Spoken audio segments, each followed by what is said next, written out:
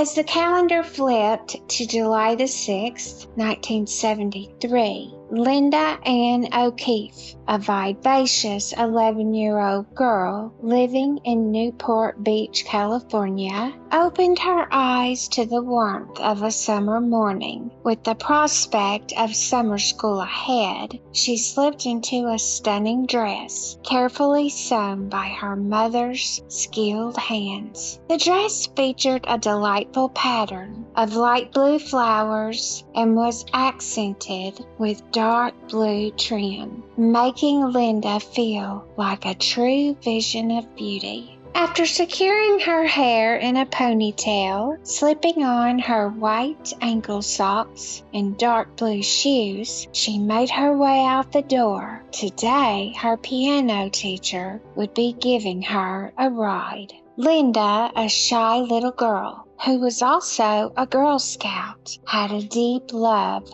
for painting, crafting, and playing the piano. Her mother praised her for her ability to express herself through art and acknowledged her incredible talent. She took pleasure in sunbathing and visiting the beach, embodying the true essence of a California girl. Linda had a routine of watching TV and maintaining a pristine room, often requesting her mother evaluate her cleaning efforts. She was a sensitive child who had recently experienced the loss of her cat. Her mother found it tough to comfort her during this emotional time. Linda's eldest sister, an adult with a job at a dry cleaning shop, resided with their parents. However, their living arrangement did not hinder the remarkable closeness they shared. Their bond as sisters was truly unique.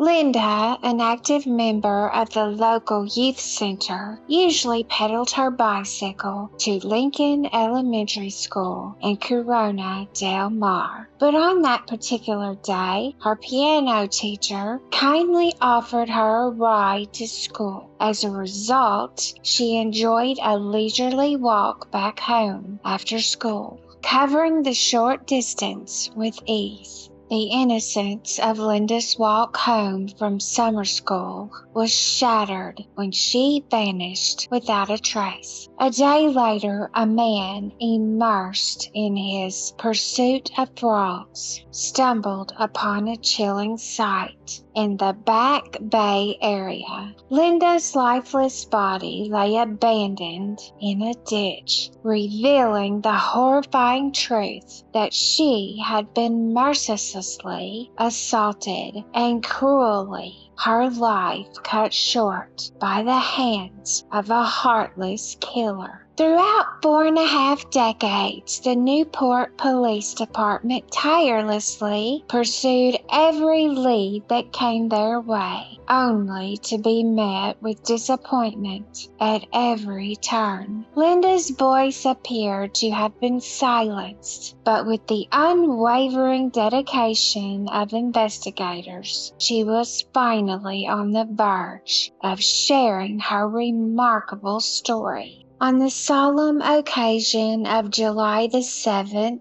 2018, marking the 45th anniversary of her tragic demise, the Newport Police Department made a significant announcement. In their relentless pursuit of justice, they revealed their intention to harness the power of DNA technology to uncover the identity of her killer. Furthermore, they unveiled a groundbreaking approach, delving into the realms of emotions and psychology in hopes of extracting valuable information and tips from the public, perhaps even from the perpetrator himself.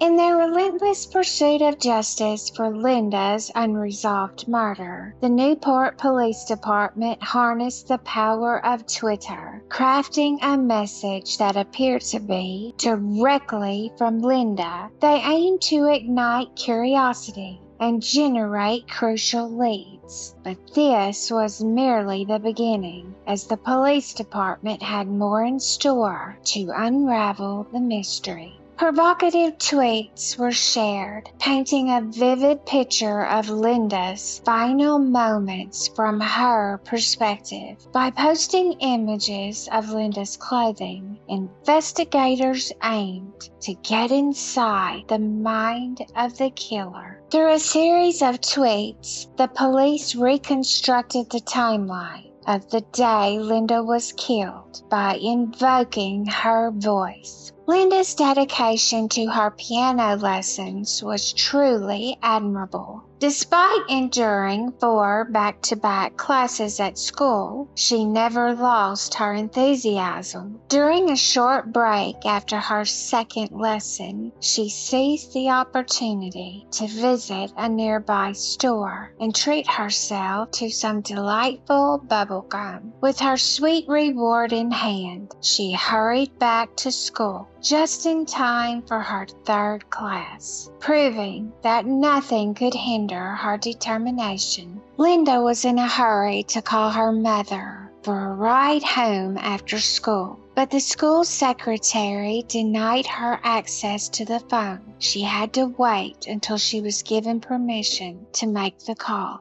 Returning to Richards Market, Linda unexpectedly encountered her friend Brenda, sparking a conversation between the two. Brenda shared a harrowing experience involving a turquoise van that nearly struck her, but she managed to evade the danger by leaping aside just in time. Moments later, Brenda observed the same van halting near Linda. However, she could not determine from a distance whether Linda engaged in any dialogue with the driver. As Linda arrived at the school, she immediately reached for the phone and dialed her mother's number. She yearned for a ride home, but her excitement quickly faded when her mother revealed that she was deeply engrossed in a sewing project. Disappointed yet determined, Linda resolved to make her way back home on foot. Linda despised the short distance she had to walk to and from school, and her frustration reached its peak that day when her mother refused to pick her up.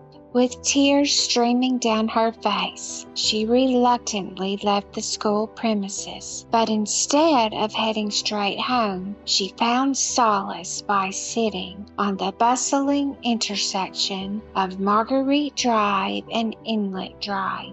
As Linda failed to appear for their lunch plans, her mother's worry intensified, prompting her to reach out to Linda's friends for any information. They patiently waited until her husband returned home from work, and together they set out on a mission to find her. Linda's father and sister occupied one car, while her mother took charge of the other. Despite their determined efforts, their search turned out to be fruitless. The police were notified at 6:42 p.m. and wasted no time in launching a search effort. They first scoured the area on foot before deploying helicopters to extend the search to the nearby woods and meadows. Meanwhile, Linda's family stayed busy contacting her friends by phone. In their relentless pursuit of Linda, the authorities decided to interview a young girl named Janine. Janine was in the car with her mother when she spotted Linda sitting on the street corner. To add to the intrigue, there was a distinctive turquoise van parked nearby at the intersection. The police were eager to gather any information that could lead them closer to finding Linda. Janine's mother's instincts kicked in, signaling that something was off. Without hesitation, she parked her car in close proximity, fully intending to jot down the license plate number of the van as it passed by.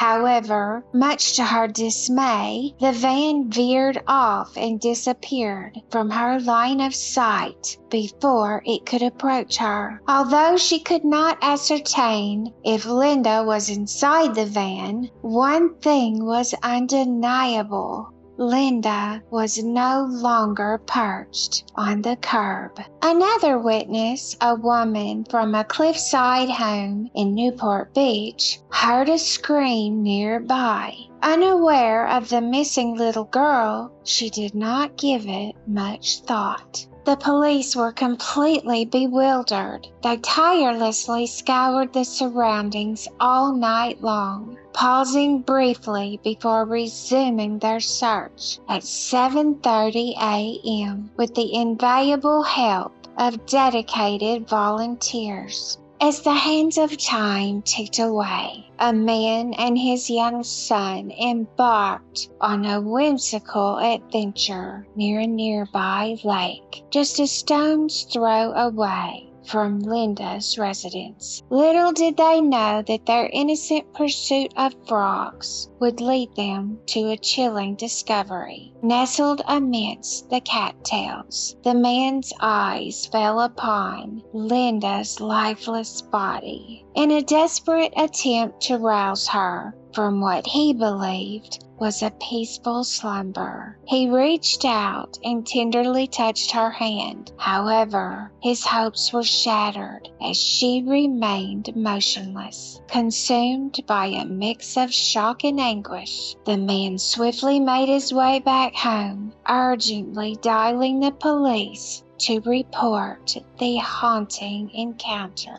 As soon as the police arrived at the scene, the search escalated into a hunt for a killer. Decades later, law enforcement was pulling out all the stops and leveraging every available technology to crack the case. 45 years down the line, the police collaborated with scientists to employ an unconventional forensic approach known as DNA phenotyping. This groundbreaking technique utilizes DNA and genealogy to construct an accurate portrayal of the perpetrator's physical attributes at present. As a result, a detailed profile of the individual responsible for Linda's murder was meticulously generated and shared with the public, aiming to bring justice to her memory. For over 4.5 decades, Linda's murder had cast a chilling shadow as a cold case that had perplexed law enforcement officers spanning multiple generations. Yet armed with the potent tools of social media and cutting-edge DNA technology, the Newport police were determined to breathe fresh life into the investigation, determined to unmask the long elusive killer once and for all.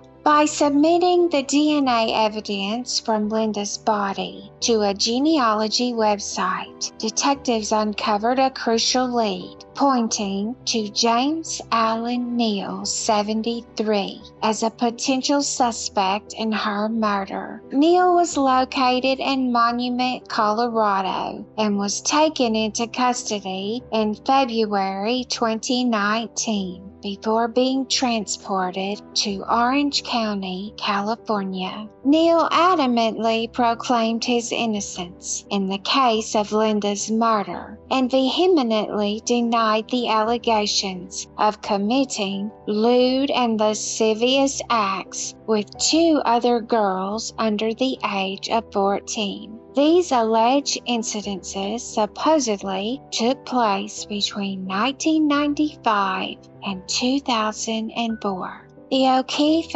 family's hope for closure through justice was dashed before they could fully grasp it. In the spring of 2020, Neil found himself in the care of an area hospital after falling ill with an undisclosed condition. Despite the tireless efforts of medical staff, his health continued to decline, and he ultimately succumbed to his illness a few days later. Linda's killer may have evaded trial, but thanks to the innovative technology and investigative methods employed by the Newport Police Department, Neil was identified and apprehended. These groundbreaking tools hold the potential to bring solace and renewed hope to countless other families who have suffered the loss of a murder victim. I never really thought that they would actually ever find the individual responsible, Linda's older sister, Cindy Borkson, said to the ABC News. After all this time, finding out there is a face and a name just brings additional closure. Even with Borkinson's closure, their mother could not let go of the guilt of not picking up her daughter. Barbara, Linda's mother, passed away in 2005, and Richard, her father, passed away in 2008, never experiencing that sense of closure or peace. The investigators' efforts were not wasted. They pray that the O'Keefe family can finally find peace and closure, free from the torment of uncertainty about their daughter's fate. As I conclude, it is natural to feel that justice has not been fully served. Nevertheless, we can find solace in the fact that tonight we can rest peacefully, knowing that one less monster roams the world. I am curious to hear your thoughts on this.